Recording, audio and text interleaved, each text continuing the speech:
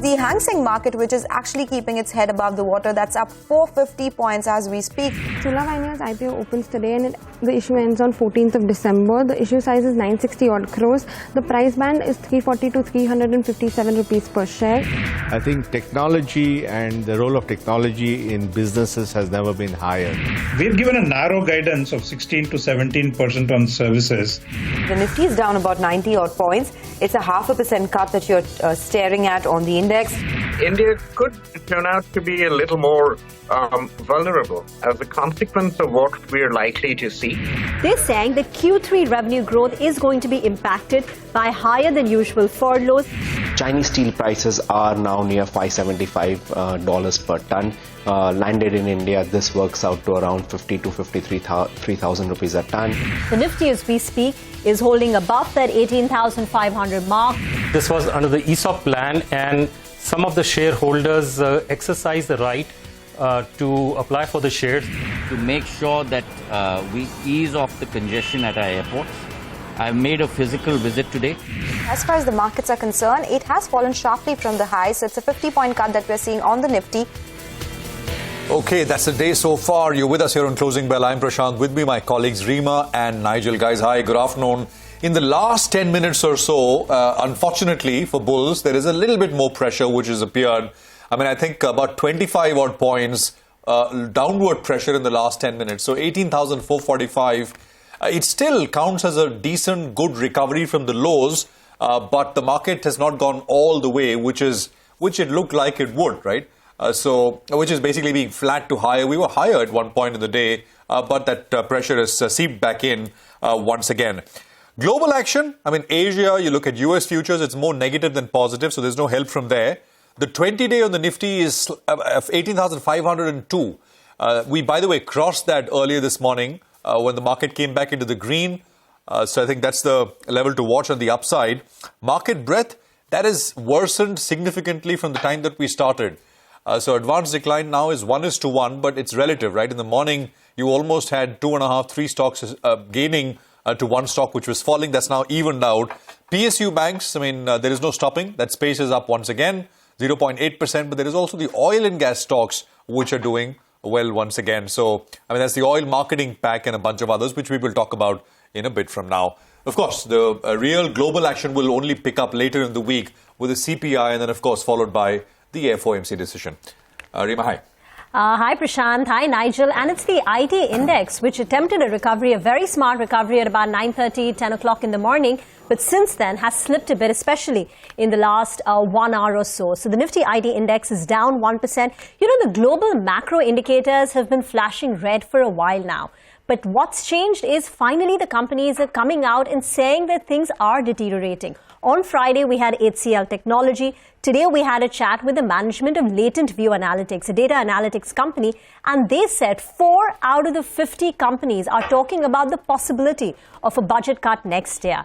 MK met with the top management of LTI Mindtree, L&T Infotech Mindtree, the merged entity, and they've also acknowledged that Q3 revenues are going to be impacted by higher than expected furloughs. So finally now companies are, realizing that the lay of the land perhaps has deteriorated and it's going to be impacting their business. And that's what's changed for the IT companies just in the last few days. Apart from that, markets are in a bit of a wait and watch approach because back home, we're expecting macro data at 5:30 p.m. tonight. Today evening, we're going to be getting the October IIP data and the November CPI data. October IIP is seen lower, minus 0.8% is the estimate. And that's because this time, we're going to have fewer working days in the month of October as Diwali fell in October. So on account of fewer working days, the IIP data is seen in negative territory, but inflation is expected to continue with its downward trajectory, 9-month low on CPI inflation. That's the estimate that Ritu has pulled from The Economist. So the street is going to be watching out for this very closely. The impact on the market may not be much because the RBI policy just got concluded last week, but nonetheless, very important to track as well, while we, of course, await what's happened on the global front and the macro indicators there. Nigel. Well, that's right. The call earlier this morning was try to buy the Nifty at around 18,350, and that precisely worked, right? So the Nifty, though, has given off from moving into the green. It's a little bit lower, but I'll still say the session is good. And I say that because the Nifty is down, but the mid-cap index is more or less flattish, and still you have pretty much even Stevens, 1:1 in terms of advanced decline ratio. The small cap index is still up close to around 0.2% to around 0.3%. So I like that. Now, in terms of the options data, the 18,400 put, we'll just take a look at it. We have been talking about the Nifty being down 50-60 points. If you bought that put, you're making no money.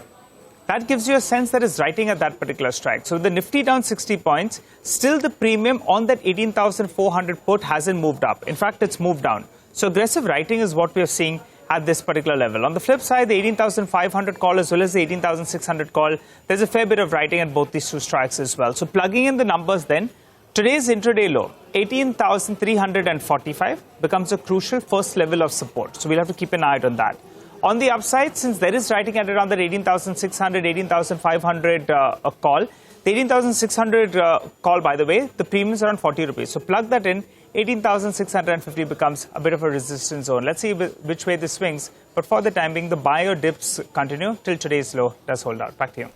Okay, let's tell our viewers then what we've lined up on closing bell today. Jayaprakash Associates surges on news of a board meet today to assess the progress made on its divestment initiatives and buzz of a deal brewing between the JP Group and Dalmia Bharat. Details coming up on the show. IT companies in the spotlight amid global slowdown concerns. HCL Tech's management tells CNBC-TV18 high furloughs may not be unique to the Noida-based company. Key management commentary later on the show. Escorts Kubota in focus after the company unveils a business plan to grow revenues more than 2.5 times by FY28. Key excerpts from our conversation with the management also on closing bell today. And India's largest winemaker, Sula Vineyards, 960 crore rupee IPO opens for subscription. Details on the show. We'll discuss all things market with Punita Kumar Sinha of Pacific Paradigm Advisors. All this and much more in the next 60 minutes, the final hour of trading.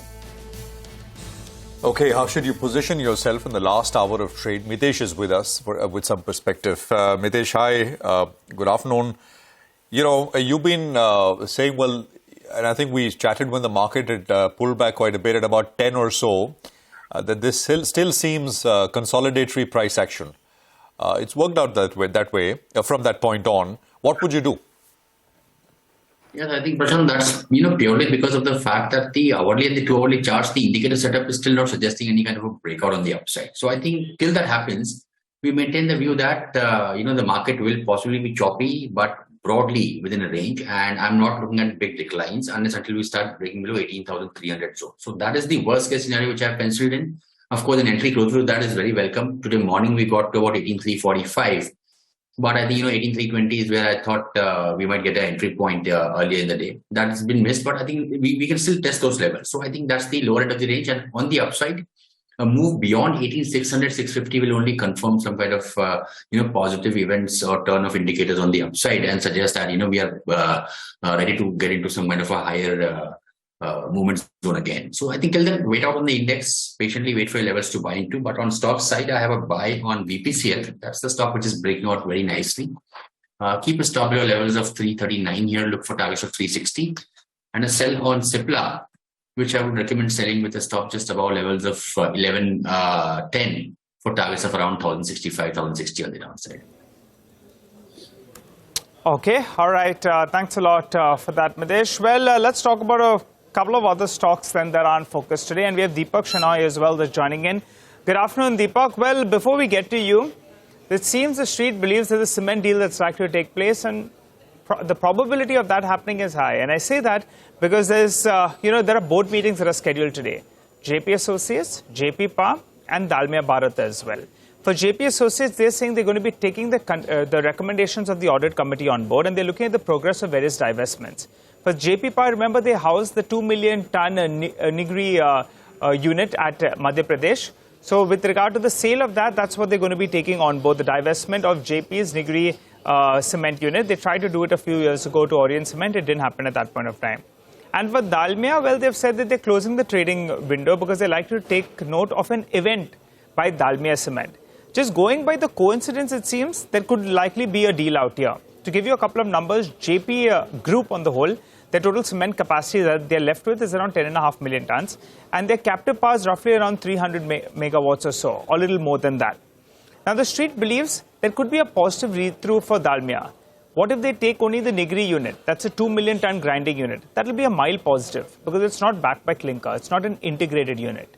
But if in case they get that unit, and that's opening up giving them a foot in the door to go ahead and buy the other assets, that's what the street will like, because then they get access to JPSO cement units, which gives them access to central India, and those are integrated units. Remember, Dalmia Group has been talking about ramping up capacity from around 37 million tons to double it in the next 5 years or so. So it's a step in the right direction. Deepak, what's your take? These assets, in all probability, could finally get sold. Your view on JP Group, if at all, will you look, I don't know how much of equity value is out there. And more importantly, what about Dalmia Bharat? How do you see this one placed? If it gets most of those assets, you can easily see the capacity go up by 10-12%.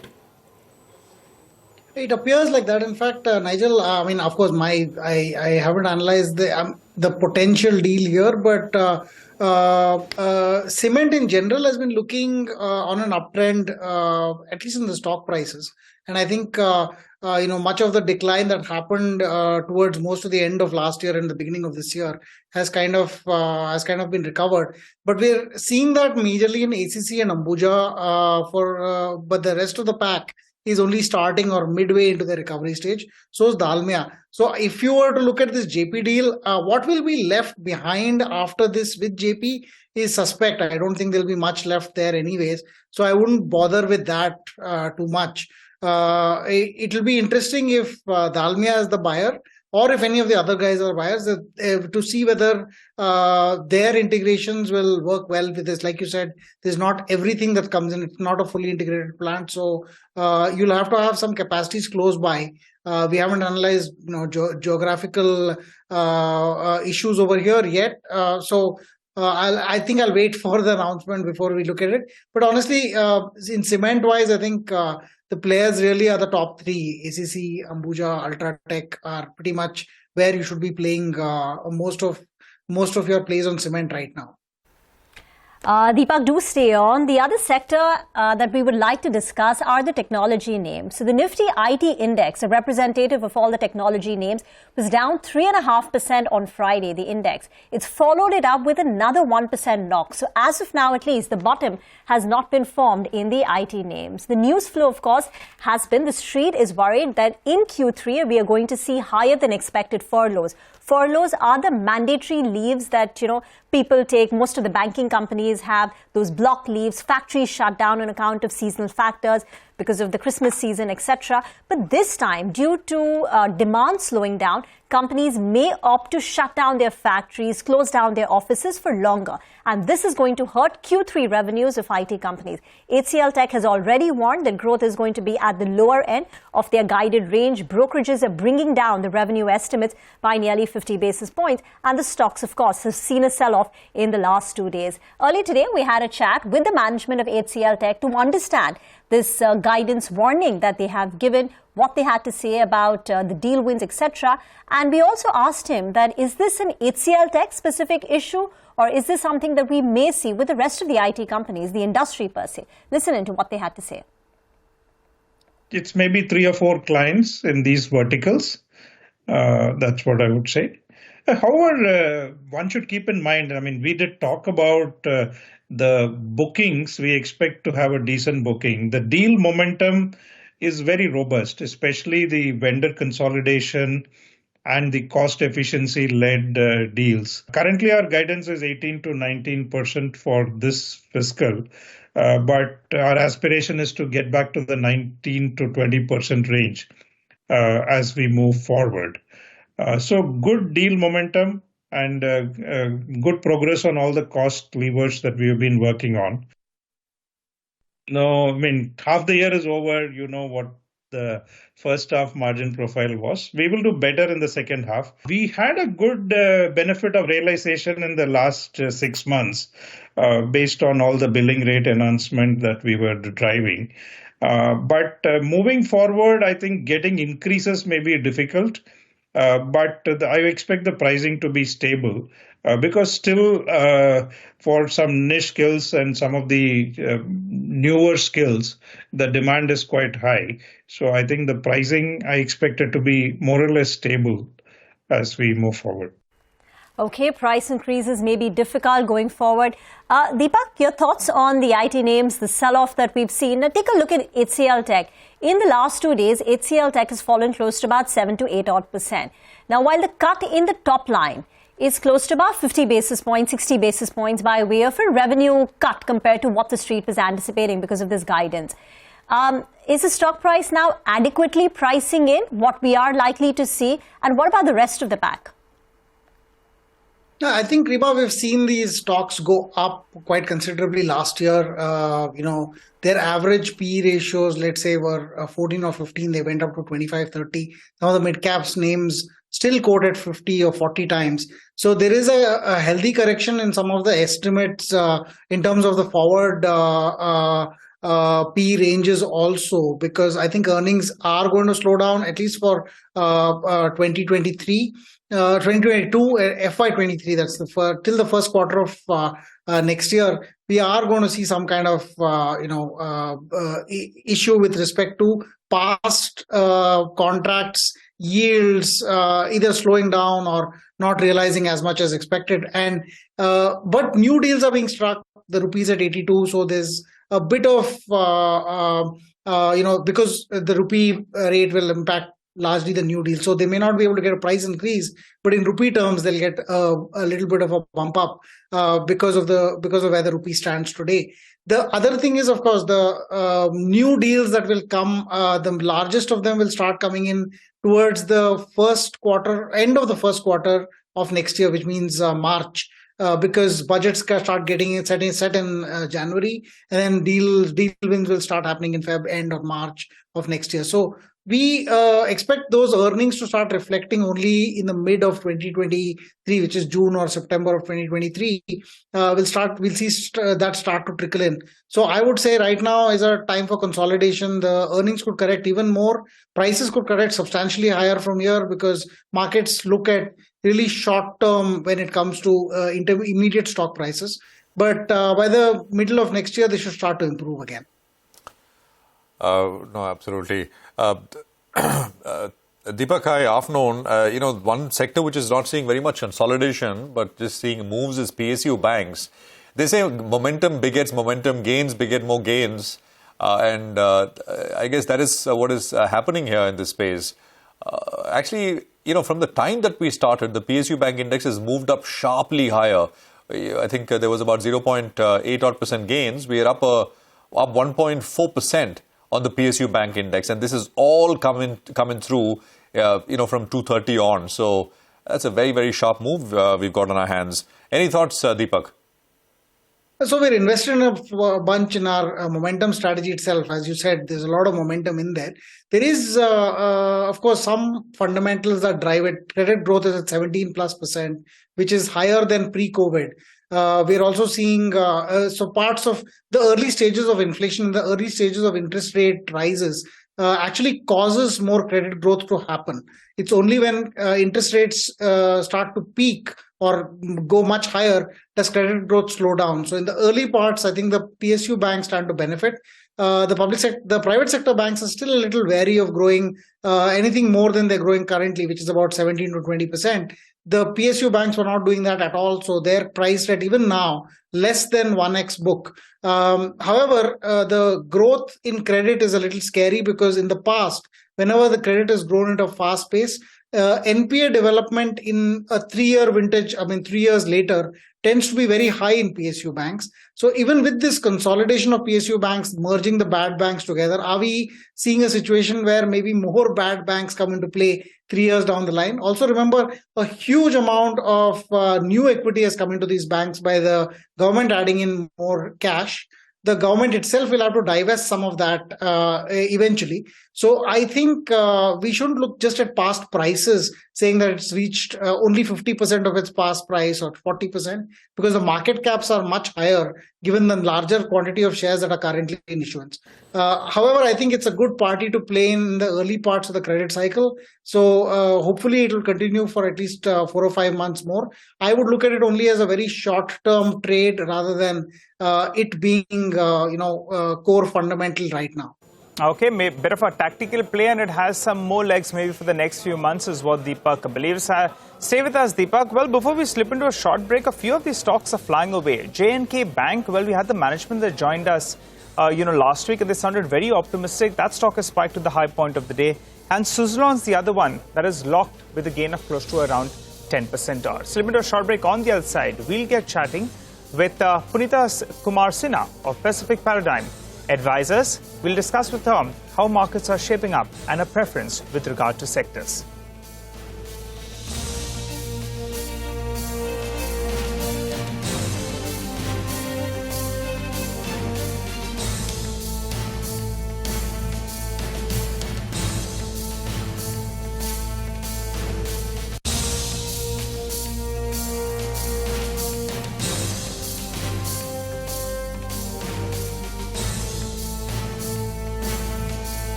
Welcome back. Well, we're having some details that are coming on the exchange on Kirloskar Brothers, and because of that, the stock has spiked up. The shareholders have rejected the proposal to appoint independent auditor to investigate expenses. They have rejected the proposal to appoint a forensic auditor to probe the expenses of the last 6 years. So in a way, the shareholders themselves are rejecting this. So I think the street is taking this positively, and that's why from the lows of the day, the stock has recovered considerably. It's a sense that, shareholders are showing faith in the board. That at least appears going by the BSE details that are given right now. So keep an eye out on that one. A good spike is what we've seen from the day's low. But talking about stocks that are doing well, Polycab. The cables volumes, as per what reports are indicating, some sales notes I've read as well, is that they're pretty good. And Polycab is now spiked to the high point of the day, cables as well as wires. Deepak, any view on this one? Polycab, the stock has seen a good move in today's session. I think it's up close to 3%. Oh, no, we are actually quite honestly positive on this particular space, whether it is KEI or Polycab or not so much Havells. Havells is like a much more expensive entity, but the idea here is early parts of credit expansion creates capex. It's actually fueled sometimes by early capex, but also creates the need for capex. So we're going to see a lot more in that vein. Help some of these companies. A little bit of industrial, not so much residential, but industrial is starting to come through. So we should see some increases. We are interested in some of these stocks as a disclosure. I, however, feel we should wait for this quarter's results to see if some of what I said is actually coming through. It's just a month away, so might as well wait before taking larger positions. We'll probably, decide on whether we want to add to our positions or retain current holdings after that time. So right now, it's not yet showing up in the results, but I think it'll be a good set of quarters ahead for them. Deepak, do you look at Glenmark? The stock is under pressure because of those US FDA observations about its Goa plant. Is this a company that you look at? Not so much. I haven't seen Glenmark for a long time. It's, in fact, the whole pharma pack is kind of, other than maybe some of them, including like Sun Pharma and Cipla, which we recently were in, not so much in the pharma space has excited us. FDA is coming back into action. I think we should be aware that they will, for whatever they haven't done since 2020, because they seized physical inspections for a while because of lockdowns and travel restrictions. That's going to come back with a vengeance. And honestly, I don't like the route the current FDA is taking, which is a lot of times just, very, very small issues that cause things like warning letters and so on. They used to do this in the past as well. It was a phase and, it crippled a lot of pharma companies at the time. So I think just that external factor makes me feel this is not the right time to put large positions in pharma. All right, some issue or the other, right, Deepak? Thank you very much for joining us. It's always a pleasure having you with us here on the channel. Thanks indeed. Now, Punita Kumar Sinha is our next guest. She's managing partner, founder at Pacific Paradigm Advisors, and independent director of several companies as well. Punita, it's a pleasure to have you back on the channel. Great to have you with us here on the program as well. Prashant this side. It's been an incredible year for India. We are up, as looking at year-to-date return, 6% in rupee terms. knock off a few percentage points if you want to compare the dollar returns, but much better than the rest of the world, than the best performing number 2 world market. As we wind this year down, Punita, you think this outperformance in a way will continue? Because by all accounts, 23 at least will start on a tough note. So there are 3 things we should look at. First of all is the macro situation. Now, on a macro perspective, India looks better than what we're seeing in some of the other markets. Our GDP growth, of course, is one of the highest, even though it's lower than what it's been in the past. Our inflation numbers in India are not as high as what you're seeing in the US. US inflation is actually really bad, and the supply chain bottleneck there are far more visible than are in India. So I think that's another issue. And then the valuations, of course, of the US markets were at a premium, and India is also trading at a premium to its own history. But I'll come to valuations later. But just looking at the macro situation, and also when I talk to most of the companies I'm on boards of and other companies, everybody is really looking to India as a source of growth. So whether whether it's R&D, whether it's manufacturing, whether it's membership candidates for the CFA Institute, the biggest growth market is India. And so everybody's focused on it. So that is going to keep the economy pretty stable from falling off the cliff, because there is this inherent demand, again, from our 1.4 billion people and also from all the global companies that are wanting to look at India. Now, if you talk about valuations, of course, valuations in India are at a high. As you said, the market's outperformed. So I suspect when the growth begins to come back into the other economies, then maybe we'll see people shift out of India into some of the other emerging markets. All right. Hi, Punita. Good afternoon. Nigel on this side. Punita, one factor that's causing everyone to get excited about India is growth, right? And that's earnings growth as well. Do you see a bit of a risk to that number? Because the street, as of now, you're comfortable. You're talking about, low double-digit growth for the next couple of years, on an average, that is. Do you see that that may not be possible? If the globe goes into a bit of a recessionary trend, there could be a challenge. Yeah, I do think there is a risk to earnings growth. And if you look at the earnings estimate revisions, the last 1 month has seen more downgrades as compared to the last 3 months. So we are seeing the sharper revisions downwards beginning to start. Also from the companies that I talked to, it seems there's going to be margin pressure, because I think whether it's travel expenses, wage expenses, inflation costs, maybe not having pricing power, all that will result in several sectors and several companies having margin pressures. So I think for the next 6 months, while the economy may have bottomed out and the interest rate hikes may have kind of been coming to an end, I think the economic impact on the earnings is going to be felt over the next 2 quarters. Punita, afternoon. Rima here. One of the companies in which you are a board of director is a pharmaceutical company. And what we've seen in the last couple of months is a pickup in the US FDA audits. There is no respite on the US pricing pressure, which has plagued the industry for the last couple of quarters now. What is the outlook on the pharma sector, according to you? So without sharing anything about the company I'm on the board of, so whatever I'm saying is basically very general, not reflective of the company I'm serving on the board of. But yes, there is a lot of price, particularly in the US market, and the generic space is getting very, very competitive.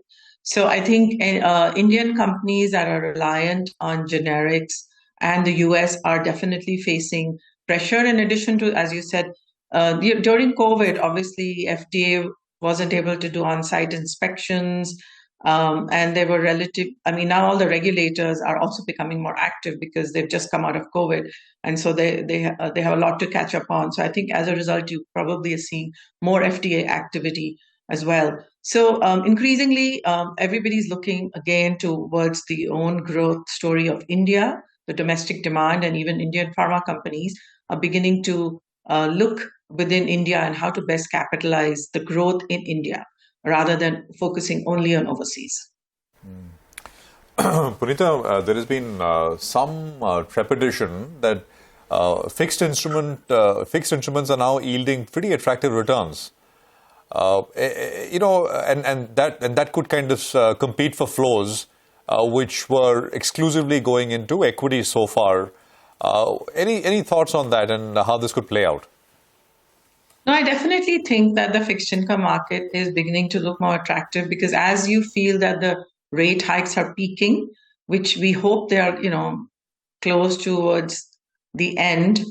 In fact, now people have started talking about potentially when is the Fed going to cut. I don't expect that to happen in the next 6-9 months, even a year. But yes, the bond markets are beginning to look more attractive. I think the kind of investors are different into equity and into fixed income. So I don't think they necessarily always compete with flows. There are some investors who can allocate across. So that's where we see maybe potentially some shift. But I think balanced funds, anything asset allocation funds are also going to see probably more demand. Punita, from these levels, what would the asset allocation strategy be then? For equities, if 2023 is going to be a challenging year, would you stay away from the mid and the small caps? Because if that party gets started, then it could look quite good. Till now, that's lagging a little bit. And also, I wanted your view on real estate. Fixed income and real estate, could it come back in style? Well, first of all, I don't think equities is going to be a challenging year necessarily. Again, it depends on which market you're looking at. Like US markets have been very bad this year, and a lot of emerging markets have been hit really hard. So for those markets, I don't see a challenging year as compared to this year. I think the markets might actually be better. We might see markets even in the US and some of the other markets bottoming out maybe sometime in the next 6 months. I can't say exactly when, and expect that markets will actually rebound. We're already seeing flows going to China and emerging markets. So emerging markets might indeed, again, depends on the emerging markets. The Latin American pack has done really well this year because of commodity prices, but China and North Asia have done really poorly. So we're already seeing shift into those markets. India has been a big beneficiary of stable growth and stable political situation. And so India has received a lot of flows. I think as a result, India has outperformed. India is not looking bad compared to other markets, but some of the other markets are just more attractively valued. And so we might see flows on the margin go more towards some of the other markets, not towards India. So I don't expect next year to be necessarily more challenging. So I just wanted to make that point. Punita, pleasure speaking with you. Thank you very much for joining in. Let's move on now. We've got another corporate conversations going. Escorts Kubota is on our radar. The company has unveiled a business plan where they plan to grow their revenue more than 2.5 times by FY28. It's a 5-year plan that they've laid out. They're looking to attain leadership in several markets. My colleague Sonia caught up with the management to discuss this and the plan going forward post their joint venture with Kubota. Listen in. This is a very important stage whereby both the partners are going to offer very unique offering to the farming community, both in India and overseas. India has very large opportunities on the farm mechanization side. And in India, we have seen a lot of built up on the tractorization of what we have seen in the past few decades. I think coming off Kubota with a partnership of Escorts, we will add a lot of farm mechanization solutions. Kubota is a global player. They have very unique technologies. They have a lot of products across the global markets. And Escorts and Kubota are going to partner to bring in these products and application at most competitive pricing and also application, which are going to be suited for the Indian climatic conditions. As you're aware, Escorts has 2 brands. And now with Kubota brand coming on board, we will have 3 brands. And in our medium-term business plan, we are aspiring to go towards a challenger position. And apart from the domestic market, obviously, Kubota has a large presence across the markets outside India. And we are going to also make India as a global hub for sourcing support to Japan and also for products that can be exported back for product markets in where Kubota is strong. Okay. In fact, in your recent investor meeting, you outlined a mid-term capex plan of almost 4,000 crores, and you spoke about how you're looking towards greenfield capacity and developing new products and technology as well. Can you throw a little more light on what these new products and technology are, and how will that help you with your addressable market? Sure, Sonia. So we have estimated that we will be investing close to 4,000 crores. This investment will be in a greenfield project as well to take our capacity up to about 300,000 tractors. This capacity will dovetail the need and the growth aspiration that we have set forth for the company for the domestic and for the export volumes. Also, we are going to be investing heavily, as I mentioned, in our global research and development.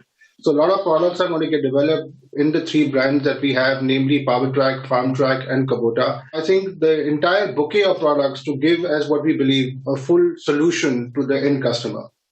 All right, I want to get Mr. Bharat Madan into this conversation as well, because in the past we have spoken about how Escorts Kubota has, not gained as much market share as perhaps they would have liked to. And in fact, you've highlighted that you're taking certain actions to improve market share, while also indicating that margin improvement would happen only Q4 onwards. So Mr. Madan, coming to you, currently the market share is at about 14%. What are the actions taken by the company in order to grow it? And where do you see market share, say, by the end of FY24? Yeah, thanks, Sonia. So I think, as you rightly mentioned, so our combined market share between Escorts and Kubota today is roughly about 14%. And as Nikhil mentioned, so we're looking at expanding the product portfolio across all three brands. So we have PowerTrack, FarmTrack, and Kubota brand, which will be leveraged in India.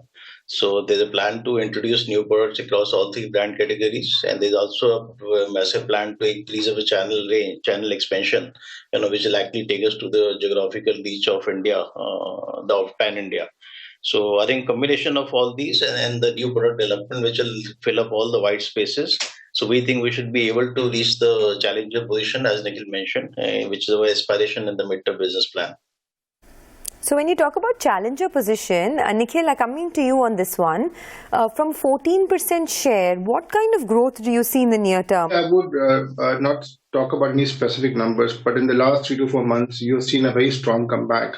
And we are gaining good momentum in terms of the market share. And as we have stated in the medium-term business plan, till FY28, the company has a very ambitious program of growing 2.5 times, which includes both the aspiration of the domestic growth and the export growth. So we believe that the uniqueness of what Escorts and Kubota will add in terms of product development and product offering, and as Bharat mentioned, in terms of the last mile connect, because we are going to be getting 300 additional dealers once the merger of EKI and KI, which is under process, will get completed.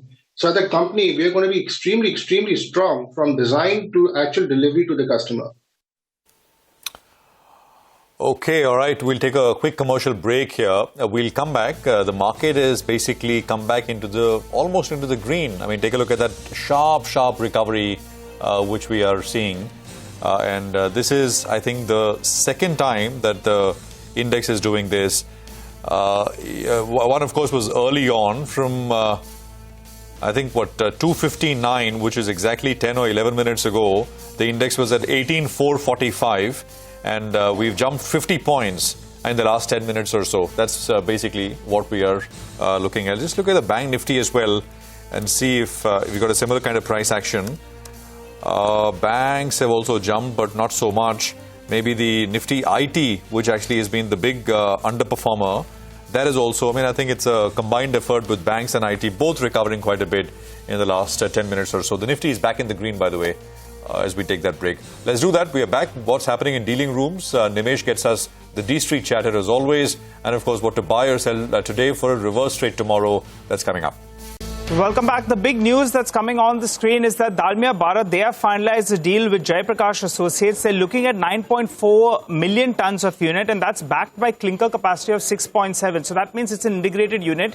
In addition to that, they're getting thermal power plants as well of around 280 megawatts. So this is looking actually like a pretty good deal. I'm just trying to get a quick analysis on the number in terms of how much have they paid per unit. So it doesn't look like it's very, it's around $73 per ton is what they're paying for around 9.4 million tons. This is a good acquisition actually for Dalmia Bharat. A couple of reasons. It's an integrated unit, point number one. The second factor is they're getting exposure to central India.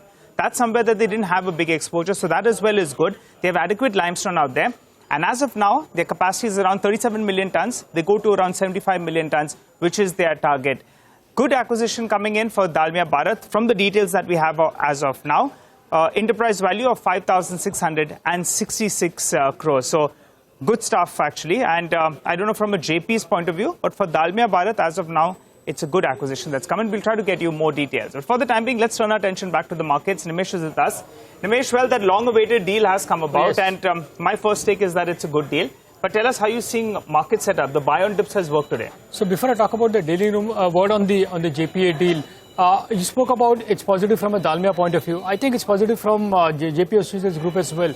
The reason being, this deal will help them to get the money, which will go to the lenders. So this money, my sense is, will not go to the company, but will go to the lenders, and which will mean that lenders will not take JP Associates to the NCLT. So that is a big positive as far as the JPA is concerned. I guess you would have worked out the numbers in terms of what it means for Dalmia. Dalmia, $73 per ton. So it's a good deal for Dalmia, but it's a bit of a lease of life for JPA Group as well. So that's my limited take from this announcement. Now, coming to the markets, I guess, what we saw, the recovery in the last 15-20 minutes, I guess is largely because of market at close basket buying at a leading FI desk. That was the indication as well. There's going to be an MSCI basket buying at a leading FI. Apart from that, there's going to be a small ETF buying as well. So I guess the FI number may look a little positive today on the back of these two numbers. So that's something to watch out for. In terms of sectors, I guess, again, the sector seems to be the financials, and within that, the PSU bank stocks, the small private bank seems to be back in action. You're seeing a big move in those stocks and with good volumes as well. So that's a clear sector to watch out for, and that there is clear momentum now. In terms of Nifty range, I guess it's stuck between 18,300 and 18,800. So that's a range to watch out for. But I guess today's last hour rally or recovery is largely on back of MOC buying and some ETF buying as well. So that's the overall take as far as the leanings are concerned. All right, but Nimesh, what are you picking up in terms of individual stocks? Plenty of news going around, though volumes are thinning out a little bit. But there are plenty of news. Yes. That's a clear indication, Nigel. So the first stock on my radar today is Campus Activewear. Again, a bit soft in today's trade, but the indication is that there's going to be a large block deal in that company very soon. Potentially a private equity investor may look to sell stakes. So that's something to track for. The second stock is Siemens. That stock is buzzing in trade today and is up 3%. But largely the feedback is that there is going to be strong buying flows, though small, but there is buying interest from a larger FIs in Siemens, and hence you're seeing a big move in that stock today. The third one is both Axis Bank and HDFC Life. I've taken this together because in both these stocks, while they've been trading in a narrow range, there is an indication that there could be large blocks coming in both these stocks very, very soon, and potentially clean out trades from large global investors. So that's something to track both in Axis Bank as well as HDFC Life. And the last one is Shriram Transport. Again, that's one stock within NBFC which is buzzing in trade today purely on back of buying flow. So the delivery volumes are expected to be quite high in Shriram Transport today. Nimesh, thank you very much for that. The benchmark indices are almost back into the green. So we've seen a significant recovery in the last 30 minutes. Mitesh Thakkar is here with us to tell us what you can buy today or sell tomorrow for a reverse trade. Mitesh, thoughts on this last 15-minute intraday pullback that we are seeing back in the green now, and the trades that you would recommend? I think not much in terms of the index. I think things haven't changed much. On the stock side, we can explore some long positions. Gujarat Gas is something which is now trading near the day's high. That's a BTST with a stop at 520 for targets of 533. And HDFC Bank was a call earlier in the day, but even now as a BTST position can be taken. Keep the stop below levels of 1635, look for 1664 as a target for tomorrow. Okay, all right. Thanks very much, Mitesh, for that. Now, on a quick programming note before we go any further, today on Wizards of the Street, catch Ramesh Damani in conversation with Convergent Finance's Harsha Raghavan, who has amassed over 26 years of global investment experience. He's invested over $3 billion across continents and was responsible for setting up Fairfax's India business. Harsha is now the managing partner at Convergent Finance. Over his career, he's built a reputation for value creation via intensive engagement with portfolio companies and has been an integral part of success stories like Quest Corp. Watch the full show later today after closing bell at 3:30 p.m. only on CNBC-TV18. Neeraj Diwan, Director at Quantum Securities, now joins us on the show. Neeraj, there's a big deal happening in the cement space. Dalmia Bharat has acquired JP Associates assets for a little more than 5,600 crore. Looks like a good deal prima facie for Dalmia Bharat, and some money will go into JP Associates, the JP Group's lenders as well. Your thoughts on this deal? Any nuance that you would like to add? Yeah, good afternoon. Yeah, absolutely. We were expecting some sorts of consolidation happening in the cement sector after the Adani foray into cement and the way they're going to expand capacity there. So JP had been on the block and there's been a lot of speculation. I think today we got a clarity on who's acquiring them. I think what looks like, what I heard from Nigel also, it looks like a good deal for both of them. So I think you may see some more consolidation happening in the cement sector in the next, 6-8 months. So there are other bigger cement companies also looking at acquiring, I think Shri Cement had also said that they also want to acquire some more assets. So I think there's going to be some more consolidation in the sector. Neeraj, any thought on Jayaprakash though? I mean, do you track it? Have you tracked it? What this would mean? No, I think specifically on the numbers, I really can't comment. But of course, the shareholders have been waiting for something to happen so that JP, doesn't go the NCLT route, and there's going to be long, painful route for them. So I think it should be positive for the minority shareholders. What I can, look at it right now. Though more details need to come and see how they're going to benefit or not. Okay, all right. Well, I think the other announcement as well has come. Okay, I think the other announcement has come out, and this is with regard to the JP Power asset. That's the Ningri grinding unit. That's been settled, I think, for a consideration of around 250 crores. So that's the smaller unit in there. I think we should get that as well up for. So it looks like they've bagged all of the capacity that was spending. Dalmia Bharat has acquired that.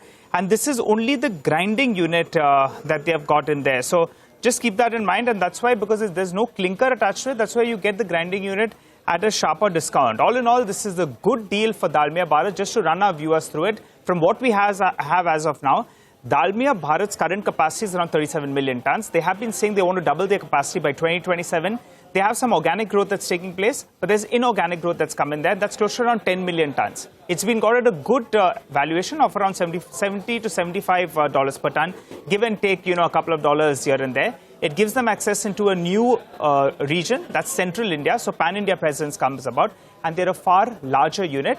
As of the last quarterly numbers, they had a clean balance sheet. They have an IEX stake as well. So this is a good number for Dalmia Bharat, and that's why that stock is still holding with a gain of close to around 3% or thereabouts. We'll slip into a short break. You come back. We'll discuss a lot more stocks, and also we'll get you through market closing. One part of the market which is doing very well is oil marketing companies. They've been doing well, but I just noticed HPCL. Now, that's a name we'd highlighted in the morning just to and told you to keep it on your radar. On a daily closing basis, it saw a trend line breakout, and it's up 5% as we speak. I think what's helping it at the margin incrementally is that I think oil prices are down a little bit more in the Asian session as well. Neeraj, I don't know if you have any thoughts here. HP, IOC, BP, completely bombed out valuations. Yeah, I think definitely, the way crude is also collapsing now. And, there's also a possibility, because I think there are still some under recovery in diesel.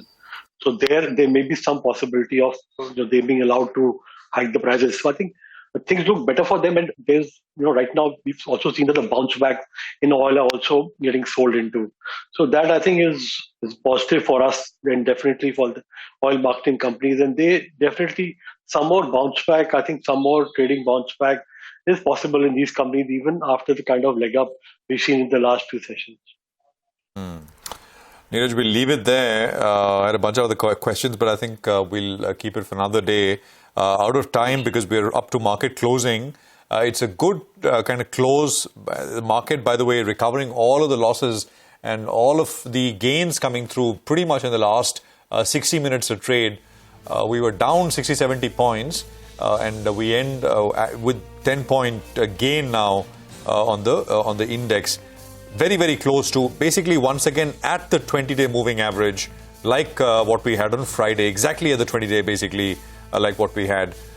Banks and PSU banks, of course, were the focus once again. PSU banks more than anything else. You know, Punjab and Sindh, Union Bank, Indian Overseas, PNB, Bank of India were the big gainers. I think oil marketing as a pack did well. There were losers, of course, as well. Asian Paints, Infosys and Titan were some of the large Nifty losers. Large cap Nifty losers. They were not large losers by themselves. Market breadth had worsened to 1:1, but advances and declines, the gap increased in favor of advances as the market looked better and did better in the last 60. Rima. The mid-cap index is up close to about 0.4%, and all those gains came in the last 30 minutes. So at the high point of the day by way of closing for the mid-cap index. The big gainers include Dalmia Bharat, up 3.5% after it seals the deal to buy the cement assets from the JP Group. JP Associates locked in an upper circuit of close to about 10%. Viatech Wabag, a 260 crore order win, fuels the stock higher by more than 10%.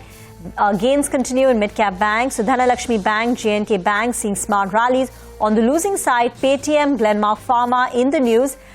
These stocks were under pressure, and it's a subdued listing coming in for Unipart's first day on the bourses, but the stock ends with a cut of close to about 6%. Finally, it's absolutely flat on the benchmark indices, but in the first 30 minutes of trade and in the last 30 minutes of trade, there was a lot of action. First 30 minutes we slipped, and in the final 30 minutes we saw the markets recover and recoup all its losses. Flat on the Nifty, mid-caps outperform. With that, it's a wrap and closing bell.